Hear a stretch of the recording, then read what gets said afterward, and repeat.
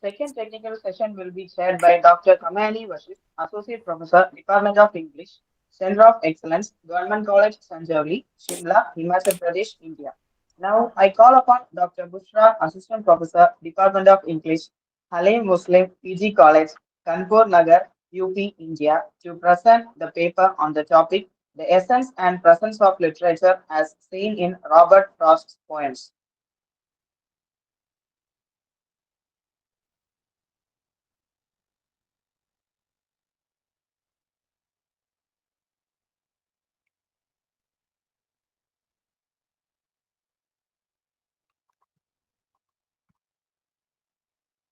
Thank you, Revati. Thank you for inviting us onto this session.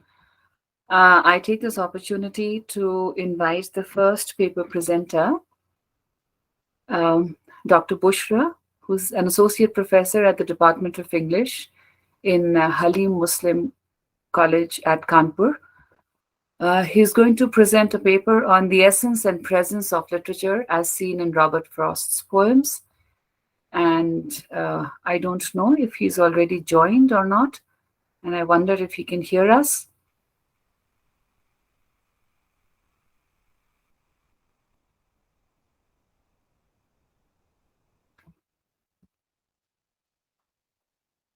If there's any problem with his connectivity, I think we can go on to the second presenter first, and we'll come back to him later.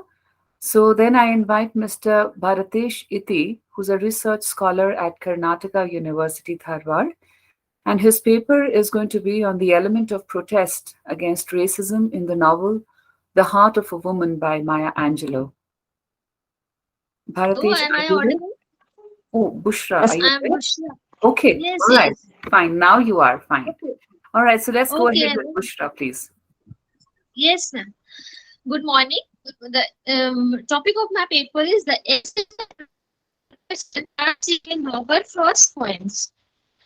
We all know that Robert Frost is a very well-known poet and inspiring figure, and he is the only person to achieve the Pulitzer Prize 4 times for his poetry. Literature is a work of art. It includes prose, poetry, drama, and fiction. Through these genres, it expresses human experiences, ideas. It has powerful the readers, and it also teaches us particular values, morals, culture, and themes. Literature provide a kind of blueprint of human society. From the writings of ancient civilizations such as Egypt and China to Greek philosophy and poetry, from the epics of Homer to the plays of William Shakespeare, from Jane Austen and Charlotte Bronte to Maya Angelou, works of literature give insight and context to all the society.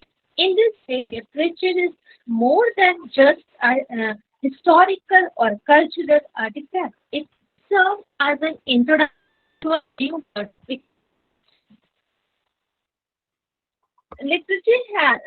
Poetry has innumerable definitions, such as emotion reflected in tranquility, a spontaneous flow of feeling, emotion, and such. When Robert was defined poetry, finds it a goal. He said, a momentary stray against confusion. With this quotation, it is clear that one chapter in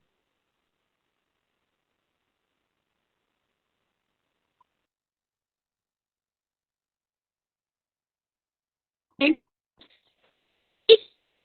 is parallel. Bushra, I think I need to intervene here. We cannot really get what you're saying because your connection seems to be very weak. Is there something that you can do about that? Because I cannot hear a single word of what you're saying. Should I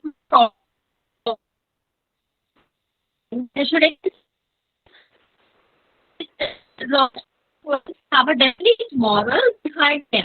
This point begin in July and end to each of his poems is paragraphs and also live in the main stream. These things with their delightful sense of fun, perception, and uh, uh, adherence to minute details, and ineffability are but extra atonement. The serious intention of the author is to search for and provide a way out of the worst.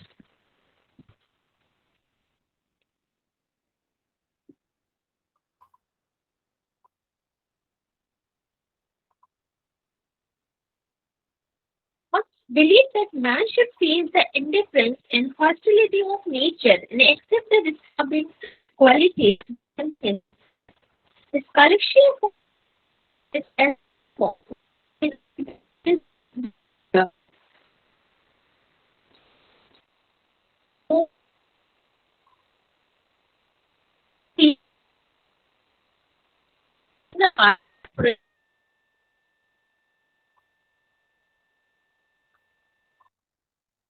Can the organizers please get in touch with her and tell her we can't hear her?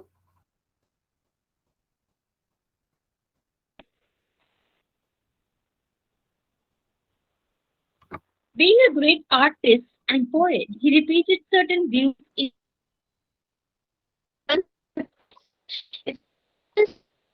from a start. We can understand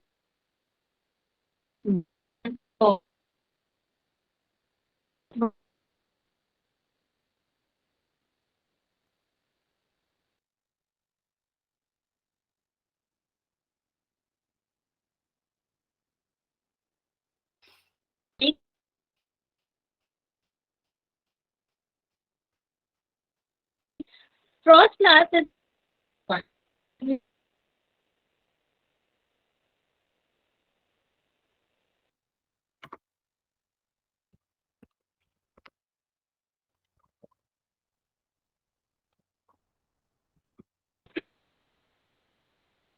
After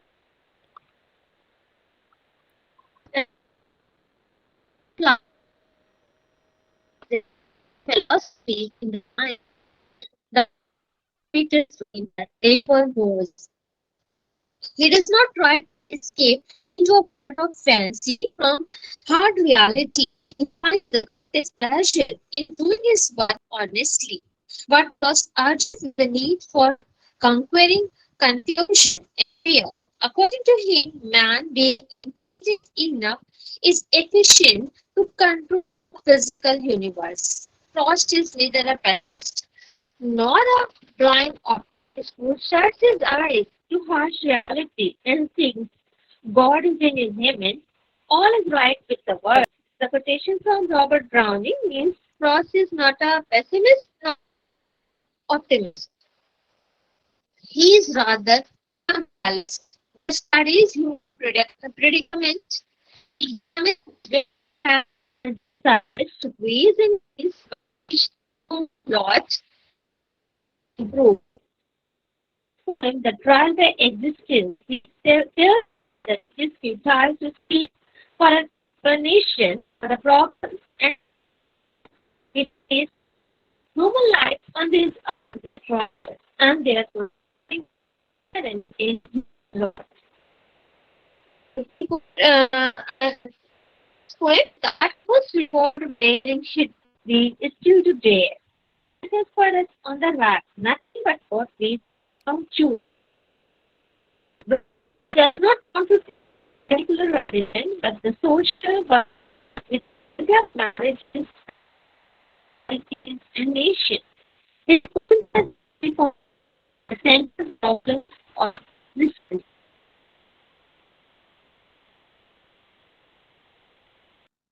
recognizing the otherness of the universe. The acceptance of the world as it and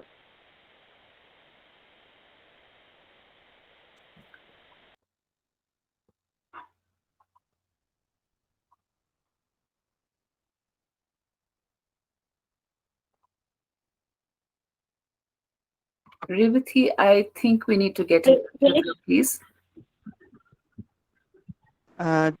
Dr. Bushra, actually, your voice is not audible. their and your voice is audible. I don't know what is the problem. Actually, ma'am, your voice is breaking, so we can't clear. What are you saying? I don't know what the reality happens next issue. Should I continue? Can we come back to you later, Bushra ma'am, so that we can hear you a little better later, maybe if your network gets better. And in the meantime, we can get somebody else to start reading their paper. Excuse me, ma'am. Sorry for interruption. Yeah.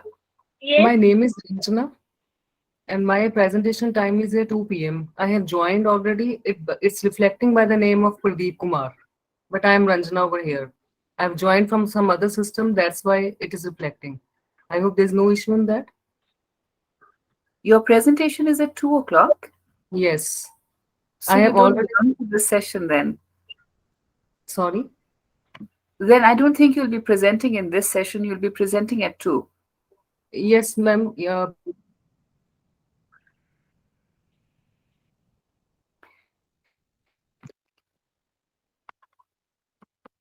All right, Revati, I think we're just wasting time here. Let's bring in the second speaker. Let's hear Bharatesh Iti, and we'll come back to Dr. Bushra in a little bit so that we're able to hear what she's speaking. For now, I think there's a little problem with the connectivity there. I invite Bharatesh Iti. In the meantime, we can, just in case Ma'am Bushra can hear her, either she, pauses her presentation here, or we need to put her on hold. Ma'am, I just need to tell you that I have joined, but my name reflecting here is Pradeep Kumar. I am Ranjana here, Ranjana Verma. Yeah. Yes, I've understood, Ranjana, except the fact that you're going to be speaking at 2 Yes. o'clock. Yes, So you don't belong to this session right now. You can hear I am everyone else. hearing, ma'am. Yes, I am hearing. All right. Yes. Okay. Wonderful. Thank you, ma'am. Thank you so much. All right. Fine. So I think let's go ahead and invite Mr. Bharatesh Iti. He's a research scholar at Karnataka University in Dharwad, and his paper is The Element of Protest Against Racism in the Novel, The Heart of a Woman by Maya Angelou. Bharatesh, are you there? Yes, ma'am, I'm here. Can you hear me? Okay. Yes. Yeah. Good morning, everyone. My name is Bhartesh E.T. I'm a research scholar from Karnataka University, Dharwad. Today, I'm presenting my paper on the title that is The Element of Protest Against Racism in the Novel, The Heart of Woman by Maya Angelou. Maya Angelou is one of the great writers of modern age Afro-American literature. She has written many works by employing the themes of racism, identity, and protest. She is very well known for her poems and novels.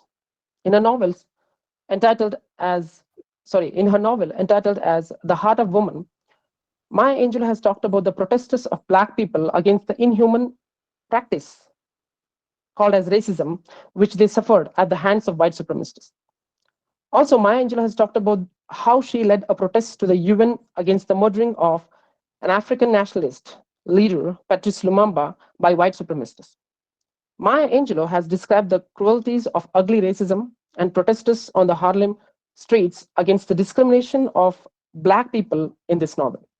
This paper discusses about how Maya Angelou has brought out the element of protest against an inhuman practice of racism by the white supremacists in her novel, along with her real life experiences. Maya Angelou was an amazing woman with multi talents. Maya Angelou was an American poet, memoirist, and a great civil rights activist. Maya Angelou has written 7 autobiographies, which are considered as fictions for the techniques she has used in writing them.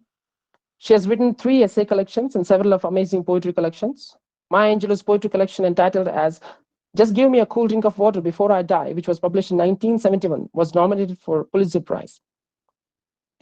In her later life, from 1954 to 55, she had an opportunity to take part in a musical tour named as Porgy and Bess, which was sponsored by US Department of State. Maya Angelou was very talented, and she continued to produce, direct, and act in stage productions. In 1993, Maya Angelou was invited to perform a reading of her famous poem entitled as On the Pulse of Morning at the inauguration of US President Bill Clinton. Maya Angelou is known as one of the strong voices of Afro-American literature.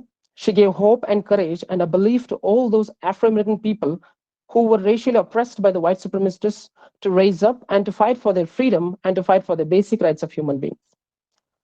Maya Angelou, in her fourth novel entitled as The Heart of Woman, has described about the hardships of Black American people or Afro American people. She talks in length about how Black people had to fight for everyday basic rights of their life against the discrimination of white supremacists.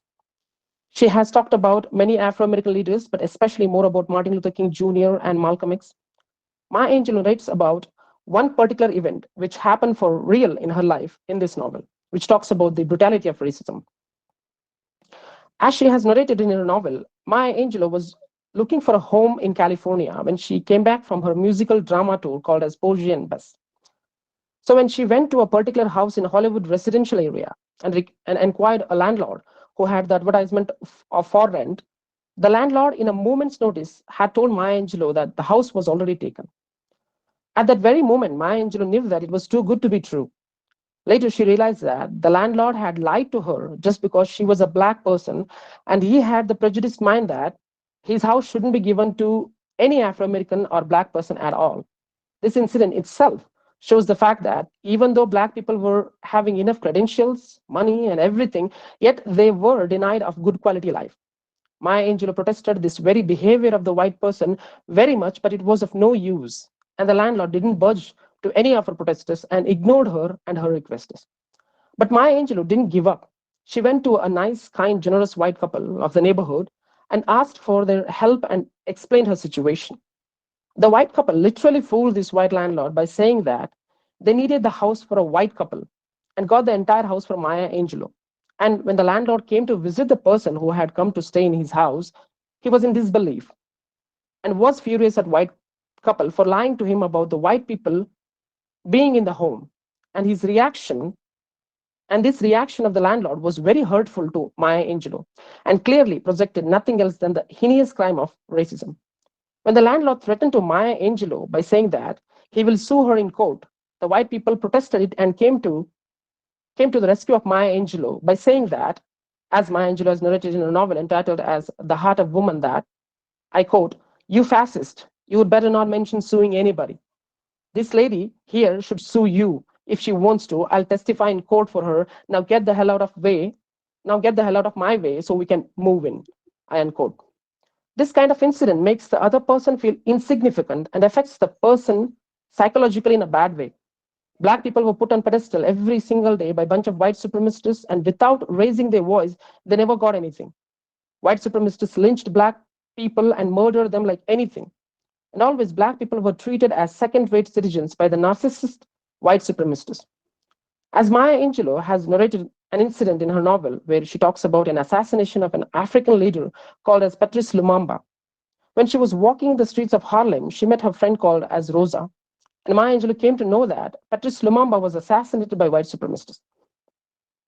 It was a sad day for all the hearts of Afro-American people and its valiant leaders who were fighting for the rights of Black people. Maya Angelou and her friends recently had founded a group called Kawaha, spelled as CAWAH, and they had decided that they would protest against the discrimination of Black people at the hands of white supremacists. Maya Angelou and her friends, Rosa, Abe, and Myra, had gathered in the Harlem street and announced to all the people that they wanted to protest against the murders of innocent Black people and the assassination of Patrice Lumumba. They asked for the support of fellow Black people of Harlem Street, and they decided that they would go to United Nations General Session and will protest there non-violently by raising their voice and showing a black cloth to all the dignitaries when they would announce the death of Patrice Lumumba. And the next day, they could not believe themselves. There was a sea of Black people in front of the United Nations to protest against the discrimination of Black people and Patrice Lumumba's murder. When they entered the UN and when it was time for them to stand up and raise their voice, everything went south. Somebody from the audience had started the violence, and all the people had to be evacuated from the building. Later, Maya Angelou and all the people of the group and other Black people led a protest to the Belgian consulate. And police brutality was so evident on Black people, as Maya Angelou has said in this novel. The white police officers literally intimidated Maya Angelou and other group members for protesting against the injustice and the discrimination on Black people. Like this, Black people had to protest on a daily basis against the discrimination and inhuman treatment they suffered at the hands of white supremacists. Systematically, these white supremacists tried all their might to snub the protesters of Black people and their voice for the justice. Great civil rights activists of Afro-American community, Martin Luther King Jr. and Malcolm X, had to educate Afro-American people about their rights and protest every single day. While battling for the true freedom of Afro-American people, both of them were assassinated. To conclude, as Maya Angelou has described in her novel, being a Black in America was not easy at all. They had to do all sorts of work in order to stay alive and survive. Even though slavery and racism are considered illegal, both of them were never went out of practice completely. Slavery was given another name, that is racism. Many protests had taken place, and many leaders of African community had to sacrifice their life to fully attain the freedom of Afro-American people, which they enjoy now. Yet the racism is not entirely out of American society. In 21st century, still Black people are fighting for equal treatments and advocating for Black people's human rights and are protesting against the unfair treatment of Afro-American people. Thank you. All right. Thank you so much, Bharatish. Um, I I have a little question to you, Yes, which ma'am. is that what you've told us about Maya Angelou's stories is almost something that everybody who has read Maya Angelou knows. Yes, ma'am. And I need to know what you are doing with these stories, with an understanding of these stories. We all know that a lot of the Black American literature being written 100 years ago or 50 years ago, or even until the last the latter part of the last century, was advertently and inadvertently political. And obviously, they were all writing about apartheid. They were writing about their slave narratives. But Yes, ma'am. what have you done with the subject matter? I mean, other than bringing it out to us the way we all already know it. What I tried to do in my thesis is that try to analyze it, try to know why it exactly happened. As per I have read and what I have known is that it was systematically built for economical reason from the beginning itself. These European plantations or American plantations, they all needed workers to work in plantation without any limitation, with a less wage. So what they did was they started a new system called slavery. So they subjected Black people to lesser human being, and they just started the new industry of slavery just to boom their economical structure itself. And with that came racism. Even though slavery was banned like almost so many years ago, racism is still there in many white people's mind. Now younger generation are very much receptive towards Black people. They see them as human beings, and they are even feeling guilty about it. They feel bad about their own ancestors only, that these people had to go through this heinous crime. But still there are people who are belong to older generation. They don't see Black people as same as white people. They just always think that these people are getting everything for no reason. Even though modern America is built on the bones of Afro-Americans, Black people, they duly deserve the respect and all the opportunities over there in America. It's a high time that people should understand that and recognize it, and they should give all the benefits every single white American is getting on the basis of talent, skill, and other qualities. That's all they should do. And what Maya Angelou has tried to do in her writing is that she has talked about the general human experience with the touch of Black people's experience. She always talked about Black people, and as a being woman, how hard it was for her to be in America in the structural cage of racism. Being a Black man was something, and being a Black woman was entirely something else. So as I have read and I have studied, all she did in her writing is talk about humanity, talk about why one has to go through racism, why it was built, and how we can like embrace humanity and be one in this global world. All right, Bharatish, thank you. I would have really, really appreciated if you were successful in drawing some comparisons with Black American autobiographical genre to some other autobiographical genres which are political in intention. Yes, ma'am. And probably you could have brought in some Dalit autobiographical writing here, and then Yes, ma'am. dealt with it in that that manner. Yes, But ma'am. that's fine. Thank you so much. Yes. You're most welcome. Um, Thank you so much. right. So next, I invite Nayan Mary Tom, who is again a research scholar. She's at the Center for English Studies at the Central University of Gujarat, and she shall be speaking on visual framing of America through photographs of migration, a study of the Iraq War photographs from Anglo-American news websites and digital archives. Nayan Mary, are you there? Yes, ma'am, I'm there. Am I One. audible? Yes. Okay. So, good morning, one and all. My name is Nayan Mary Tom. I'm a research scholar in the Center for English Studies in Central University of Gujarat. My paper is titled as Visual Framing of America Through Photographs of Migration, a study of the Iraq War photographs from Anglo-American news website and digital archives.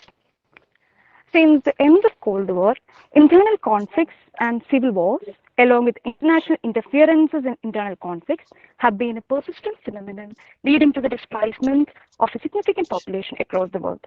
According to the data provided from World Bank, the number of migrants across the globe has almost doubled from 1960 to 2000. The 1998 definition given by UN, migrant is a person who changes his or her country of usual residence, and this definition includes all kinds of migrations, including the military migrations and forced migrations due to conflicts. Even though interstate and intrastate conflicts have been significant in a scenario of increased global migration, conflicts and the resultant migration and refugee crisis are not scrutinized enough in the literatures and studies on migration.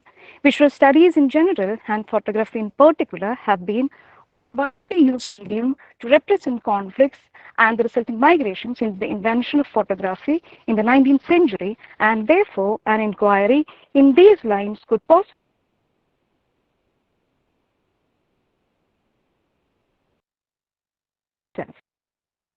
in 2003 also has resulted in the migration of a huge number of people, both Iraqis and Anglo-American military persons. Brown University's 2021 analysis of the cause of war states that the 2003 US invasion of Iraq has displaced every 1 in 25 Iraqis from their homes, and when it reaches 2021, 9.2 million Iraqis are internally displaced or are taking refuge abroad. Since the beginning of the war in 2003, photographic coverage of displacement and migration and the fast distribution of these photographs via internet have been happening. Even though there's a significant number of literatures on visual coverage of Iraq war, migration as a phenomenon in photographs needs to be further investigated, and this paper is an attempt to do that. The research questions that this paper raises are: how was the migration of Anglo-American soldiers photographically represented during the Iraq War? How was the Iraqi civilian migration photographically represented? How differently was both these migrations portrayed photographically? And what does the photographic representation of migration of American soldiers and Iraqi civilians say about America as a nation, its national values and principles? In his seminal work, Ways of Seeing, John Berger observes that our visual experience is directly influenced by our knowledge. In the context of migration and conflicts, the political and historical context have definitely influenced the visual representation of migration due to conflicts and wars. Linda Manick opines that the period after Second World War marks the beginning period of ideas on refugees and migration being manufactured. In their work Visual Framing, Kate Greenwood and Joy Jenkins defines frames as perpetual schemes employed by communicators and audience to organize and make sense of issues and events. They suggest that how media content and photographs are controlled by editors to appeal to certain audience have to be taken into consideration. In a photographic study of covering between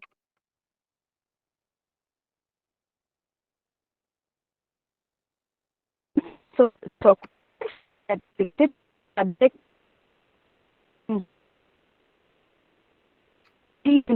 that.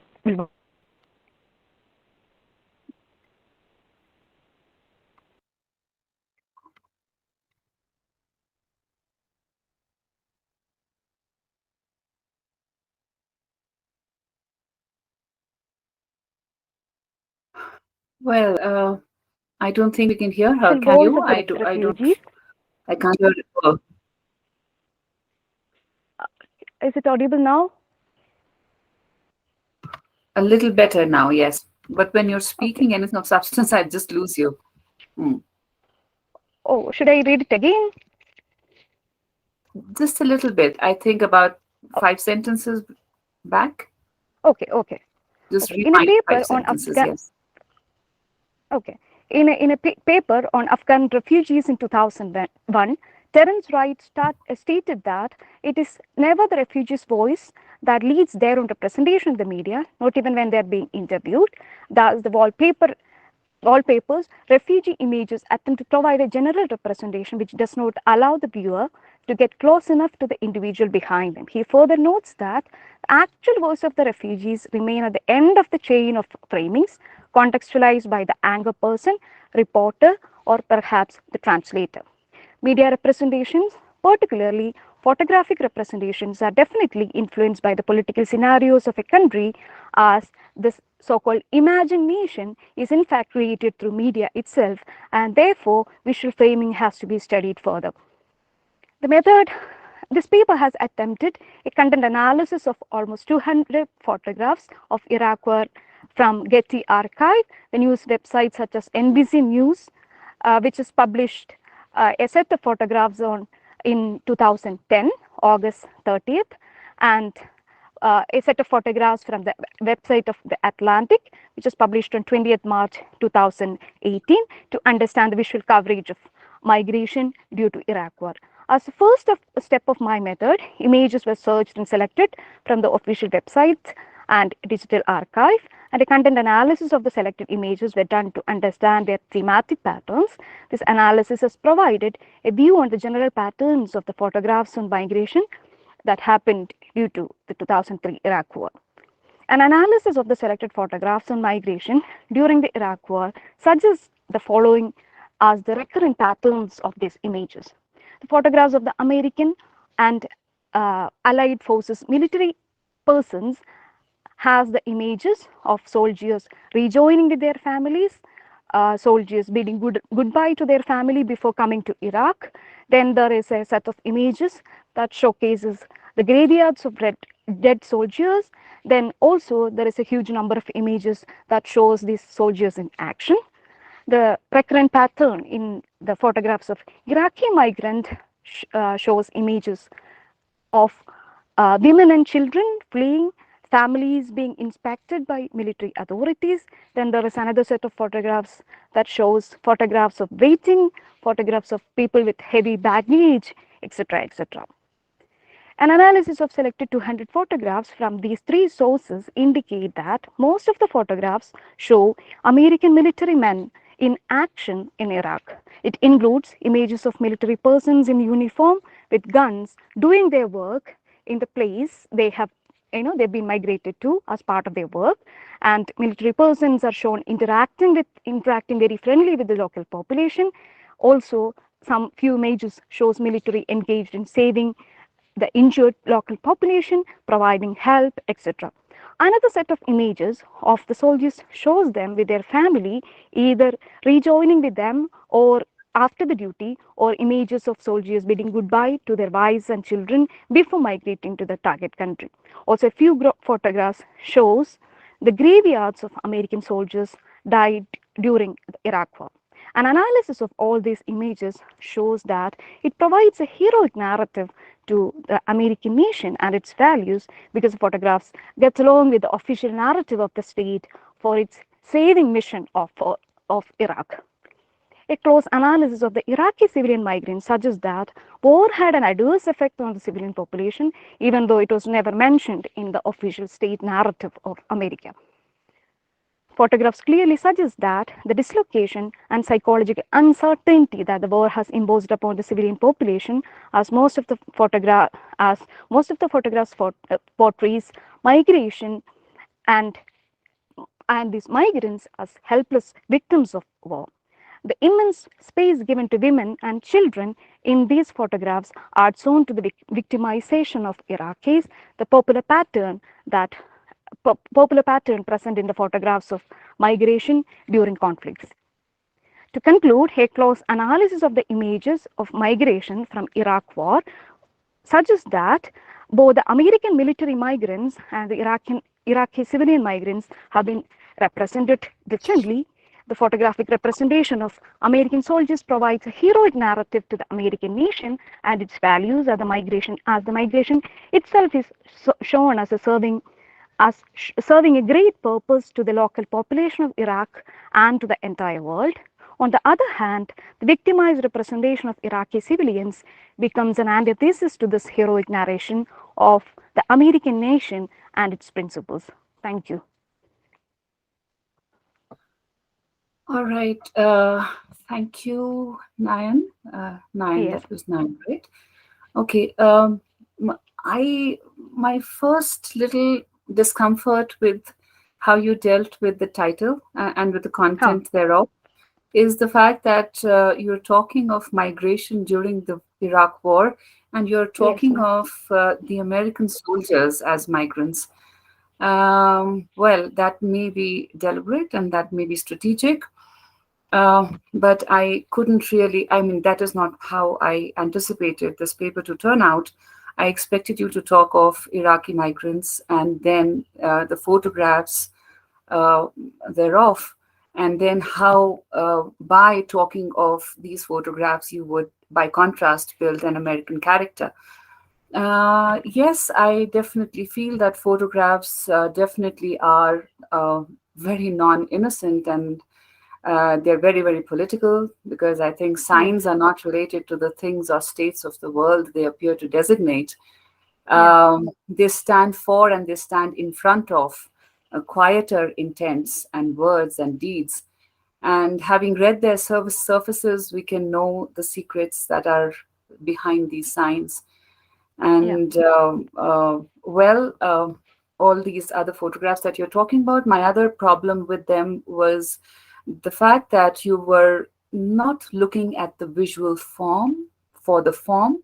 You were looking for the content in the photographs. How much are you losing out by not taking into account things like framing, mise en scene? Does that do any injustice to the visual form? Or do you think you've been able to do justice to it totally? These are little questions that were coming to my mind. Okay. The first question. A little too linear an approach and a linear conclusion. You need to talk of the form of photography also to be able to give it a holistic understanding. Yeah, okay. Yeah, I think in the paper I have actually, elaborated on the form itself, but, for the presentation, like, because of the time limit, I've actually shortened it into a PPT and I've read it from there. I think in the paper, definitely I'll look into that and I'll definitely elaborate on the form itself. Like, that is very, very, significant. Also, like, the biggest drawback of your presentation was that you're talking of photographs and there were no photographs shown. So we didn't know what you were talking about. So had you supplemented your presentation with a few photographs, I think you would have made a bigger impact, though the line that you've taken is very, very relevant and pertinent. Okay. Yeah, thank you, ma'am. I think in the paper I have actually given, a few examples and I have elaborated on that, but due to time constraints, I couldn't do it here, but definitely it's there in the paper. And Fine. With that, we come to Priscilla Karam, who's again a PhD scholar at the Department of English, Northeastern Hill University, Shillong, and she will speak on representation of misfits and anti-heroes in Tennessee Williams plays and cinematic adaptations, a select study. Priscilla.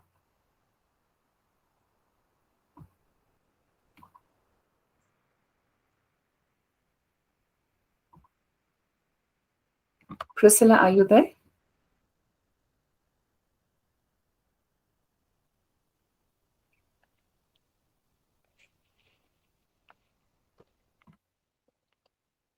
Actually, ma'am, she is not at signed in.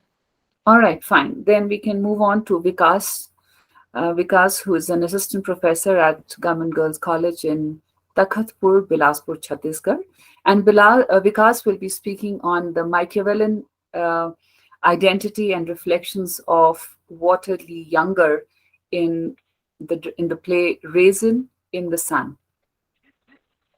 Good afternoon, ma'am. I'm audible. Yes, thank you. Thank you so much for giving me the opportunity, ma'am. My paper is titled Machiavellian Identity and Reflections of Walter Lee Younger in Raisin in the Sun. We are aware that Lorraine Vivian Hansberry gave us that play called A Raisin in the Sun in 1959. It was debuted in 1959 in Broadway.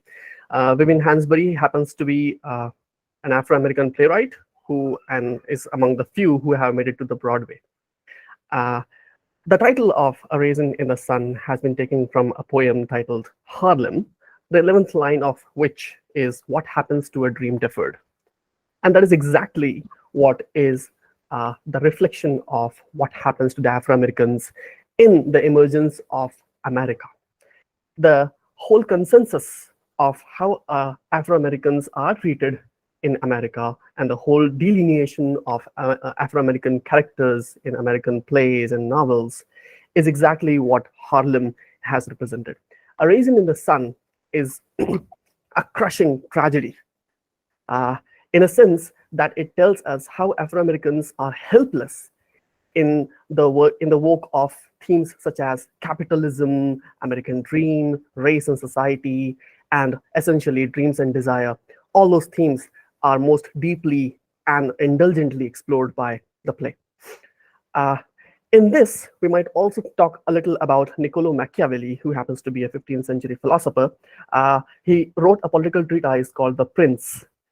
However, there is one end to it, one end or one question that has been raised in the Prince. However, it hasn't been preached in that, but the question of consequentialism, Machiavellian spirit, that the ends should satisfy the means, no matter how you achieve the target.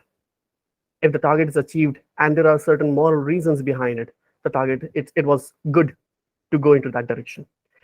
So he did not really introduce consequentialism, but it was an underlying sense, perhaps begun with Plato. He thus popularized it, and later on it was also accessed as utilitarianism by Jeremy Bentham and J.S. Mill in the 18th century. Walter Lee Younger happens to, personally, I think he happens to be a Shakespearean hero, tragic hero. But the sense that his inertia of ambition and reaching to his targets or goals or ends by whatever means he can take is very epitomatic. He's very symbolic of that particular genre of heroes. He is the eldest son of Lena Younger.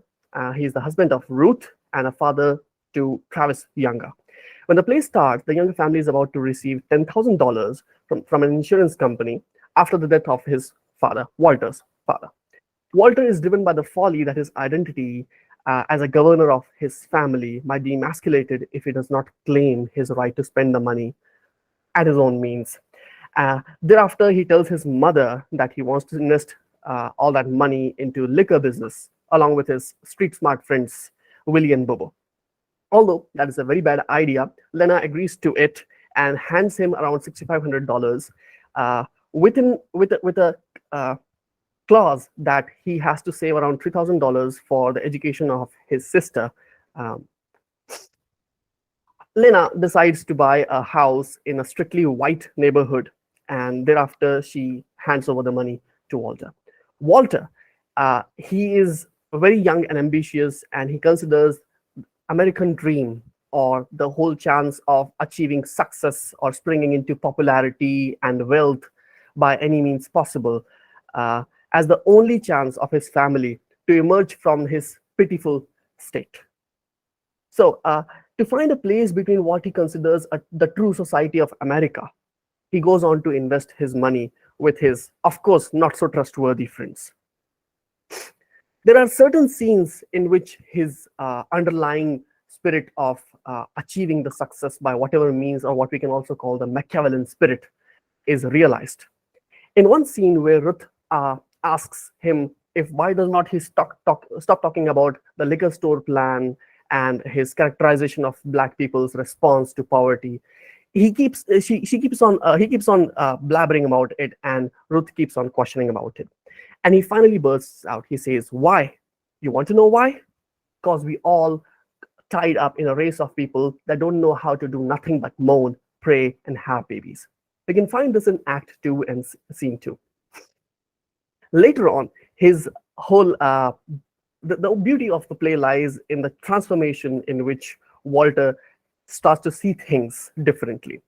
Uh, he later on starts to speak about what are the possible causes why he's driven by this spirit of Machiavellian, uh, let's say, ways of doing things. He says, "There ain't no causes, there ain't nothing but taking in this world, and he who takes is most is smartest. And it don't make a damn bit of difference how." And that is exactly what Machiavelli says. Machiavelli says, the ends satisfy the means. However, his whole spirit of Machiavellian get to do and take everything is crushed later on when Willie, his friend, who was supposed to invest all the money into liquor business, flees with all the money. Walter and Ruth hear a knock at the door and they're thinking that perhaps it's Willie with the good news. However, it's not Willie; it's somebody else.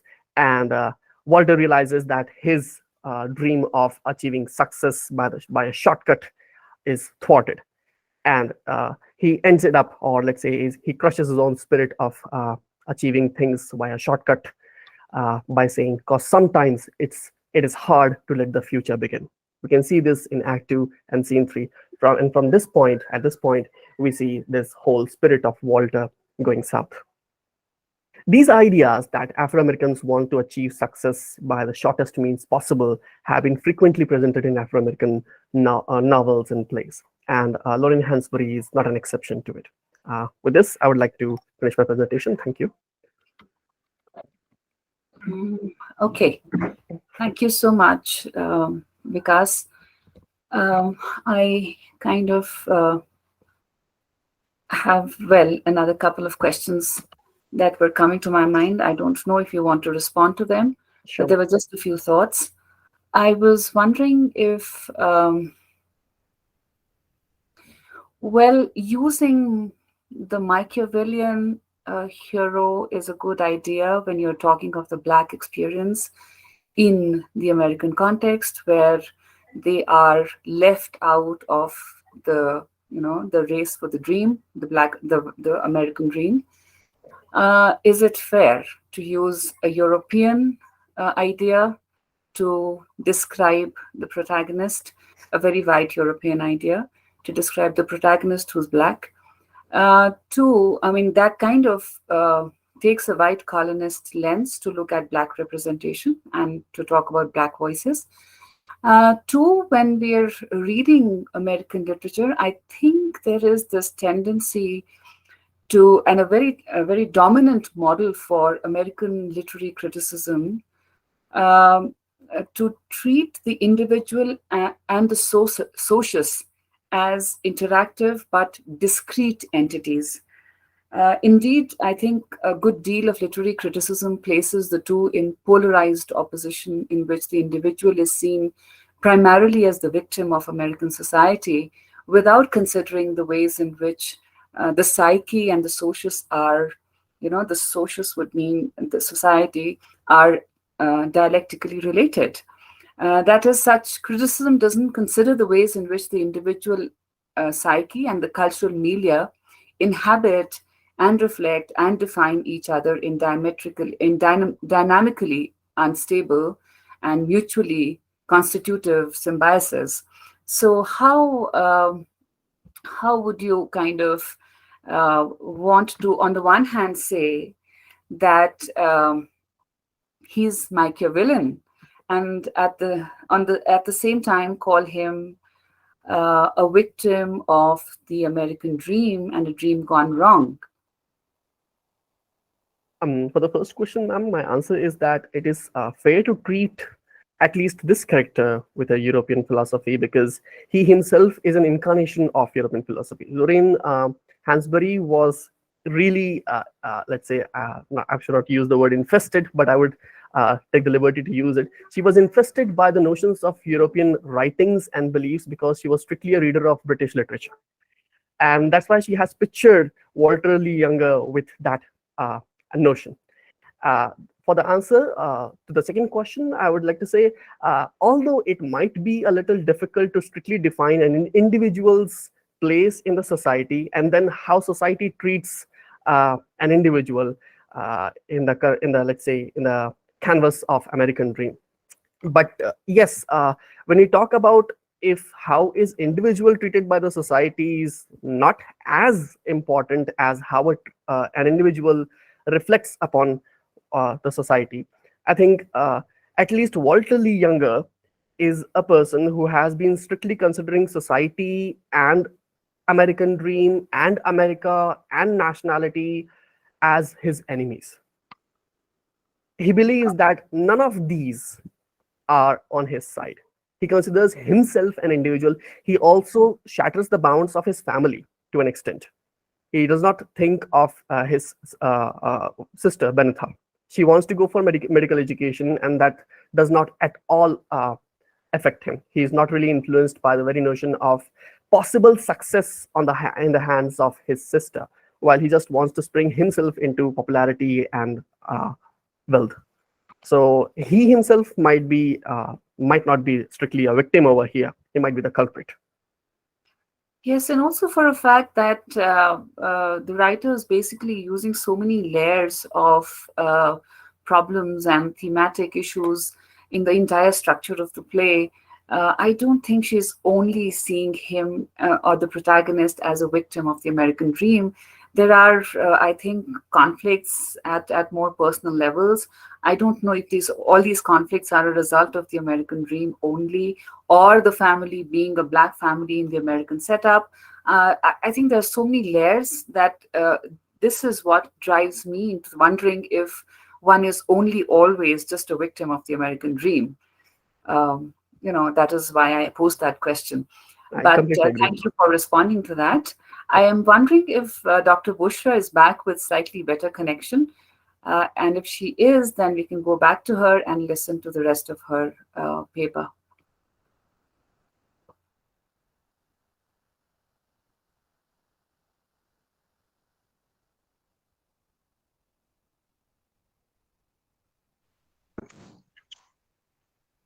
Hello, good morning. Am I audible? Yes, now you are. Okay. Good morning, everyone.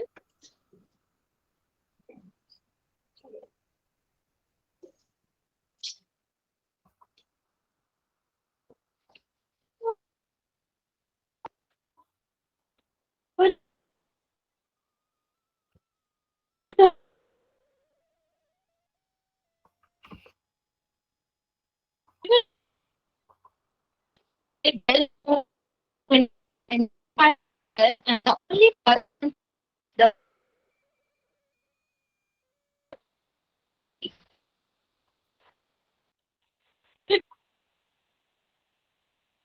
No, Bushra, I don't think we can hear you still. This seems to be some divine providence.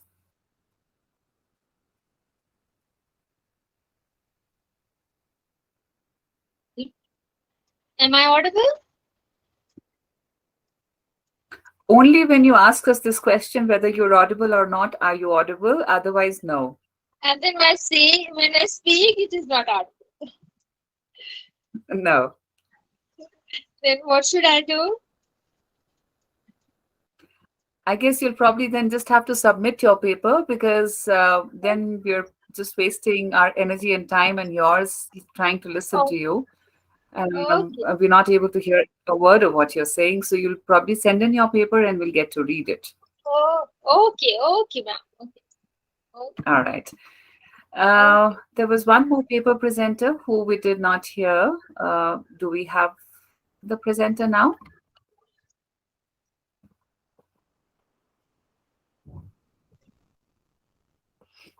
No, ma'am, she is not here.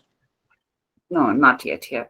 All right, I think then probably we'll try and conclude this session. I just have a few observations about this conference on American literature. Uh, And s- I'll Sorry to conclude. interrupt you, ma'am. Hello. Yes, please.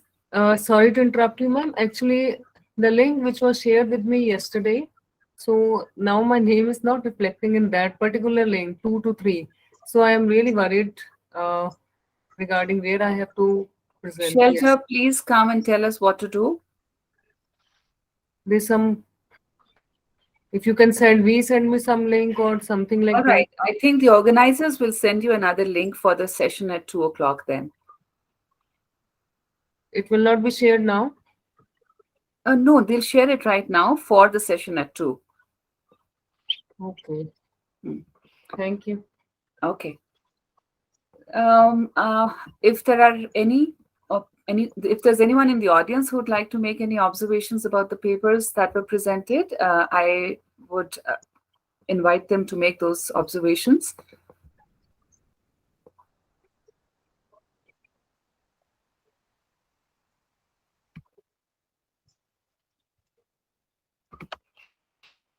Okay. In that case, I think I'll conclude with saying a few words.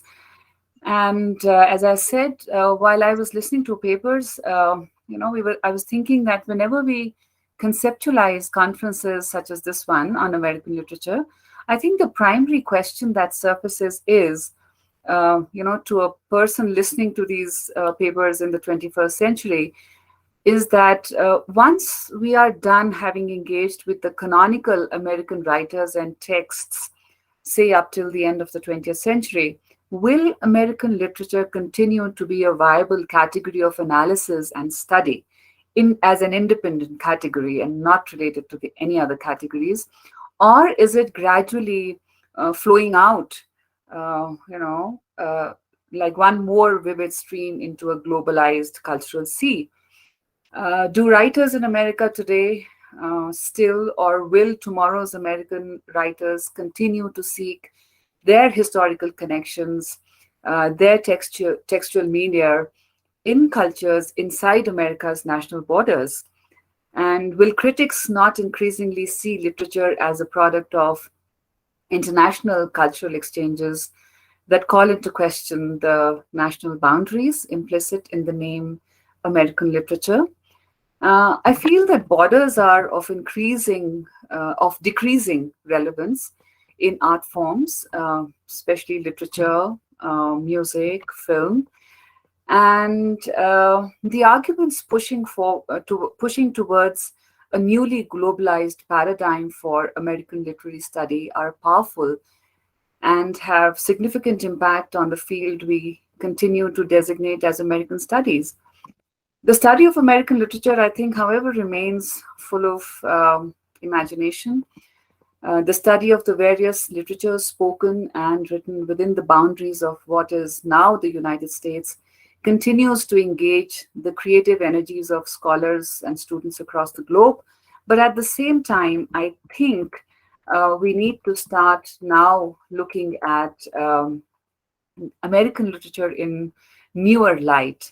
Of course, it still holds some fascination for all the readers around the world and all the critics around the world, because uh, you know uh, it seems to be very important for us to comprehend the creativity and hazards of the United States, because we still perceive United States almost as the protagonist of the world stage.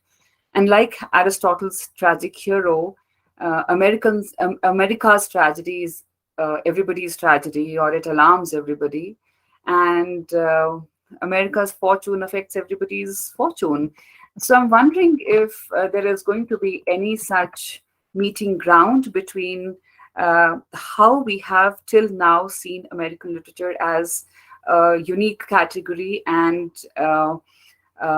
getting away from that totally and seeing American literature as just any other literature. With that, I would like to thank the organizers. I would like to thank Shelja ji, And again, like Himraj thanked Abhyudita, I would like to thank Abhyudita for suggesting my name. I wish I could have heard the other two speakers as well. Thank you very much. And thank you all the participants and the audience for being here so patiently.